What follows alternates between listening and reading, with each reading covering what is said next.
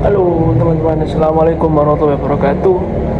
Perkenalkan, nama saya Muhammad Agus Takaifa Hantono dengan NIM di kampus saya 242010-2011 atau 200011. Di sini saya akan memberikan hasil refleksi saya tentang materi pertama, jenis-jenis metode penelitian pada mata kuliah metode penelitian di kampus saya.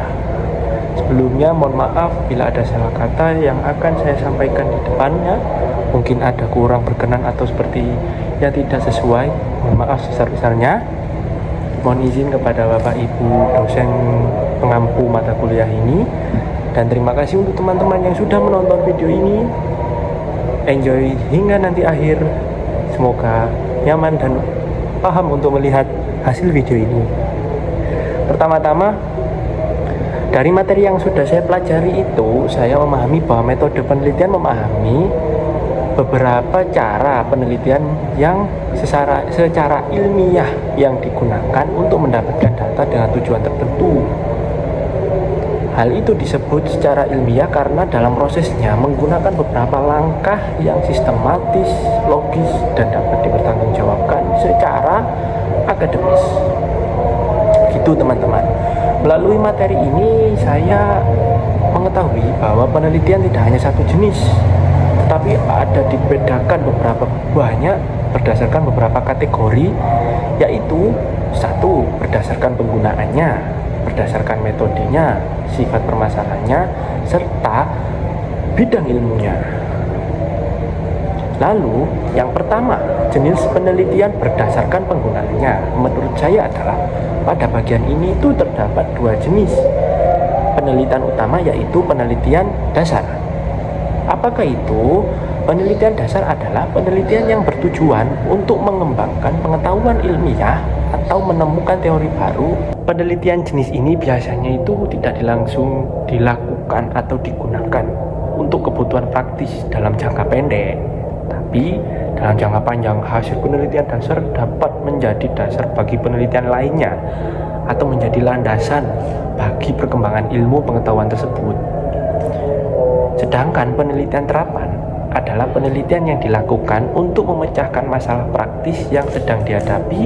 Hasil penelitian ini biasanya itu langsung dimanfaatkan dalam kehidupan nyata. Contohnya nih, penelitian tentang strategi penjualan, peningkatannya seperti apa, metode pembelajaran yang efektif, atau cara meningkatkan produktivitas kerja.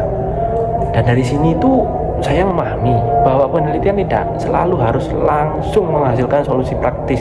Ada juga penelitian yang bertujuan memperkaya ilmu pengetahuan terlebih dahulu. Lalu yang kedua, ada jenis penelitian berdasarkan metodenya.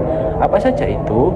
Dalam hal ini dijelaskan beberapa metode penelitian seperti penelitian historis, penelitian filosofis, lalu ada penelitian observasional dan penelitian eksperimental. Ya, betul, eksperimental. Pertama, yang penelitian historis merupakan penelitian yang bertujuannya itu untuk merekonstruksi atau memahami peristiwa yang terjadi di masa lampau secara sistematis dan objektif.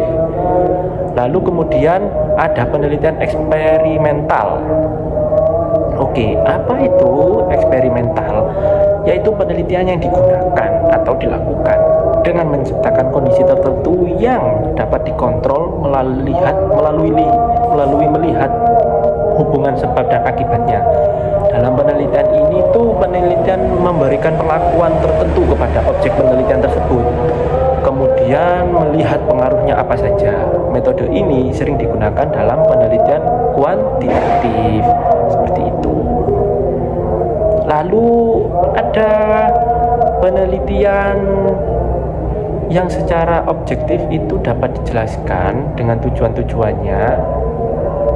Itu ada beberapa banyak lagi. Seperti yang ketiga ini, ada jenis penelitian yang disifatkan permasalahannya. Pada bagian jenis ini, penelitian ini seperti penelitian deskriptif, penelitian perkembangan, penelitian kasus, penelitian korelasional, penelitian kasual komparatif, penelitian eksperimental, dan penelitian tindakan. yaitu ada yang pertama, penelitian deskriptif memiliki arti tujuannya untuk mengembangkan atau menjelaskan nih suatu fenomena secara sistematis dan akurat. Contohnya penelitian tentang kondisi prestasi belajar siswa, mahasiswi atau apapun itu, atau tingkat kepuasan pelanggan terhadap suatu layanan bisnis atau jual beli. Lalu kemudian ada penelitian perkembangan, yaitu penelitian yang mempelajari perubahan atau suatu pertumbuhan suatu objek dalam jangka waktu tertentu. Penelitian ini biasanya membutuhkan waktu yang cukup panjang karena mengamati proses perubahan dari waktu ke waktu. Lalu ada yang berikutnya itu penelitian kasus atau penelitian langsung ke lapangan, yaitu penelitian yang fokusnya itu hanya kepada satu kasus tertentu. Secara mendalam, objeknya bisa berupa individu, kelompok, organisasi, atau suatu peristiwa tertentu yang banyak terjadi. Tujuannya itu, penelitian ini adalah mendapatkan gambaran yang sangat lengkap kasus tersebut. Selain itu, juga ada penelitian korelasional. Penelitian ini bertujuan untuk melihat hubungan antara dua variabel atau lebih.